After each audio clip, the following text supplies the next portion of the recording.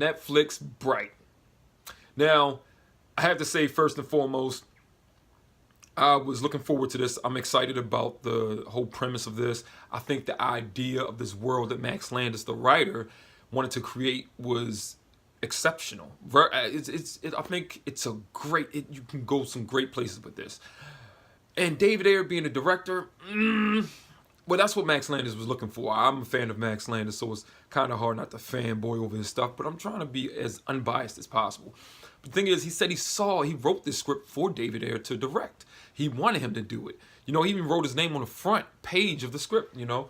But the thing is, I don't know if I liked him directing this. I like David Ayer's direct. I do. A lot of movies that he done, I really, really like. Didn't really like Suicide Squad too much, but whatever. Thing is, this movie on Netflix, I feel like suffers from two problems that I had lately with things on Netflix or on. First of all, I think this would have been better as a series on Netflix. But if it was a series, you might not have got the commitment from stars like Joe Edgerton or Will Smith. But I really do think if we had 8 hours of this, this would have been fleshed out a lot better. It would have been deeper. We would have been hooked into it. After the first hour, you would have watched the second. And if you didn't like the second and you liked the first hour, which I really loved in this movie, the first hour was phenomenal, you're going to stay because you like the first hour. So then the third hour, you have time to get more right. As a series, you can do more. You know what I mean? And they had a $90 million budget for this movie. I can see where the money went to certain actors because they require a certain amount of pay. There was a lot of costume and makeup, you know, things like that. And they had to create a lot of different things for the sets. Looks like they didn't shoot on sets too much. Like they actually shot inside of a house. I'm not sure, but it looks like they really did a lot of this on location filming. But besides that, that's the first thing I think it suffers from. Being a 2-hour movie, if we got more of this, it would have been better. Second, this movie makes me more excited for what's to come more than what I just watched. I was excited to watch this. I was having fun. I enjoyed it. Third act's a little predictable, but I enjoyed it. But the thing is when it ended, I was like, wow, where are they going to go next? Especially since a couple of days ago, Will Smith just signed on to do the sequel to Bright 2.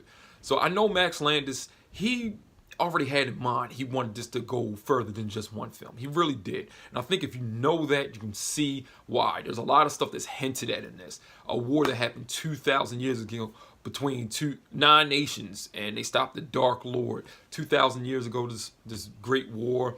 Orcs. He posted something last year, Max Landis. He posted something last year. It was like I'm going to put it up on the screen. But it was like a chart, a graph of the population in the world. Or it might have just been United States, but I believe it was the world. Now, minotaurs, dwarfs, giants exist in this world. There was a dragon in one of the scenes in the background of the sky. I mean, you have to really look for this. And I've heard him say that before in the description of this. It's like if you wanted to see a dragon in this world, you go to the zoo. So there are mystical creatures from like places like Lord of the Rings and stuff like that that exist in this world and always existed in this world. But orcs, there's an orc named Jacoby, played by Joe Edgerton, and he joins the LAPD. I don't know if any other orcs or any other races, minotaurs, join any other government branches or police forces in other parts of the world, but really in LA, this is the first orc. He filed down his teeth. He's trying to fit in. He always wanted to be a cop. So there's this good dynamic. It starts off with Will Smith and Jacoby already knowing each other. So we don't have to do the introduction of these two characters. And I kind of like that. You don't have to go full-on origin about how they met and everything like that. It can be explained sometimes. But this movie deals with racism. Not just racism between people, but between the different races. You know, orcs and humans or whatever. Dwarves. Dwarves are the rich people here. Not dwarves, I'm sorry. Elves. Elves are the rich people here. I didn't see a dwarf in this. I really didn't.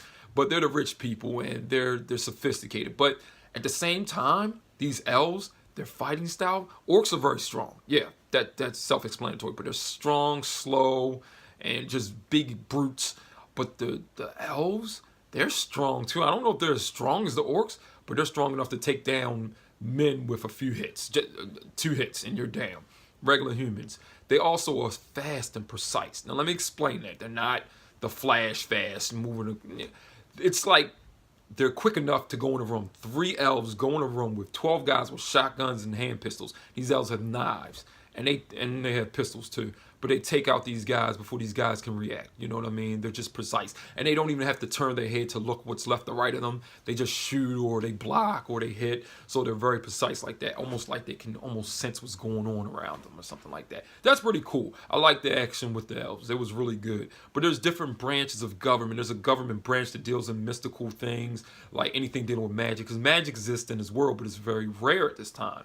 There are almost no magic wands or something like that. 3 magic wands are needed to raise the Dark Lord. And, Ward, Will Smith's character, and Jacoby, Joe Edgerton's character, find a magic wand because this girl's on the run in this house that they got a call for or something like that. It's crazy. Overall, I would have to say the show works, the movie works for me, but I wish it was in show format.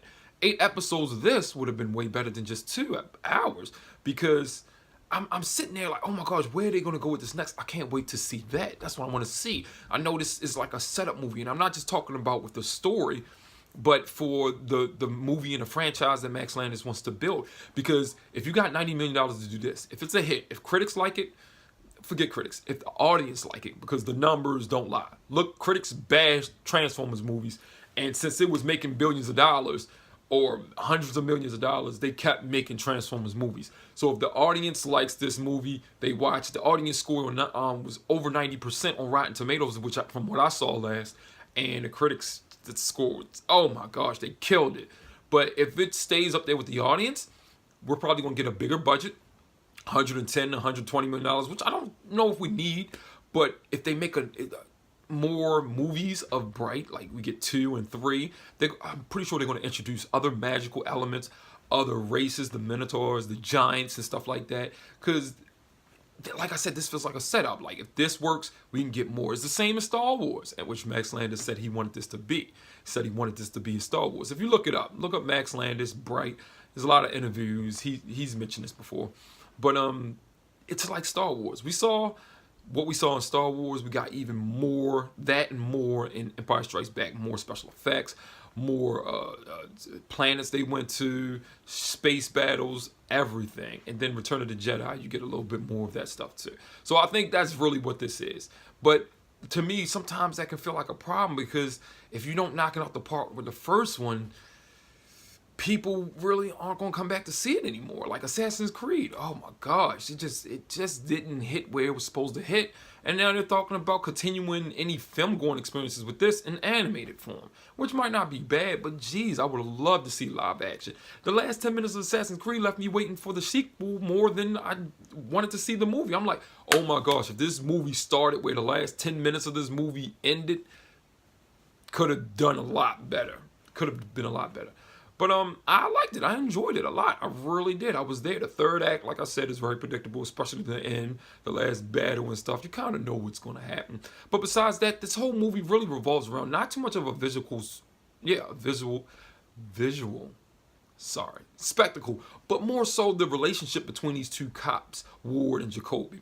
And then their relationship dealing with everybody else, with what they got to deal with. Ward's wife, his daughter, other cops threatening him, internal affairs, just the world just not liking other races at all. Like, forget that, I might not like you Mexicans, you blacks get on my nerves, can't stand you whites, but you know what? We got to get these orcs out of here. Yeah, we got to get these orcs out of here. I don't want no elves around here, stuff like that, you know what I'm saying?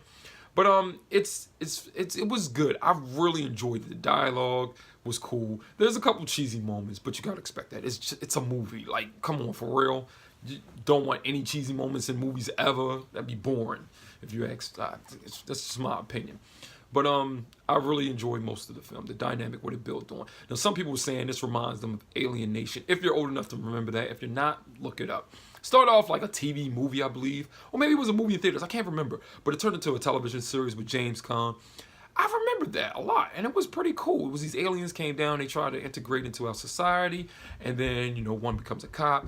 Yeah, I can see where people draw, conclusions from that, but I don't know if, I didn't see that until people started mentioning it, because I was so fixated and worried about, I was deep into what Max Landis was saying about this thing, so I knew dragons existed in this world, minotaurs, giants, and stuff like that, fairies. And I don't know if everybody else did. They probably thought it was just fairies, elves, and orcs. But I was really waiting for some other things to happen in this this film, and I think I'm going to see that in Bright too, which they're probably going to make anyway. Will Smith signed on. They're like, here's star power. We're making it. Who cares what the critics say? Netflix do what they want anyway, and I hope they continue with this because this can go in some really good directions. But overall, that's my review of Bright. I didn't want to give away too much of the story because I would like for some people to see it. I enjoyed it overall. There's a lot of character building, a lot of secondary characters. I heard people had problems with this. They don't get fleshed out and deep rooted, so you really don't know too much about them. You don't connect to them too well, but you don't really have to when they're not going to last as long as the main two characters, I say. But I do believe that Will Smith and Joel Edgerton carried this movie. They really do. There's a lot of things in there. Now, you know, everybody has different tastes, but I suggest you just watch it and check it out. And if you guys like it, go on Twitter, talk about it. Recommend it to other people. Because if we don't do things like this, the critics will run what we see and what we don't see and what we get and what we don't get. I mean, that's how it works, you know, critics. But the audience scores and audience people who go see movies, when they report about how much they like stuff, it has long-lasting power, staying power within the industry. So just watch it. Just give it a chance. If you don't like it, cool. Complain about it. Make some videos like I do. I really enjoyed it. I suggest people see it. If you're into stuff like Lord of the Rings, if you're into movies like End of Watch or Harsh Times and stuff like that, give this a look. Street Kings, that was another good movie. I remember that. You like that movie Street Kings with Keanu Reeves? Watch this too. It was cool. I really like this. I can't wait to see where they take this next. Matter of fact, I think I might watch it again. See how I feel about it. Anyway, I don't know if I'm going to be giving ratings anymore. John Campea said something recently on one of his shows about rating system. People have their own idea of what ratings mean. You give it a 4 out of 5. They go, oh my gosh, he's saying it's excellent. Not really, because I could give it 4.5 out of 5 or 5 out of 5. But you give it a 7 out of 10, people are like, oh man, it must suck. Because people want to hear either excellent or terrible. You know what I mean? So I don't know if I'm going to get ratings anymore. I'm just going to let you know I really enjoyed Bright on Netflix. Anyway, that's all I got to say about that. If you like this video, like the video. If you want to see more videos like this video, subscribe, come back, and we'll be having some more things to discuss. Yeah, that's it. See you next time.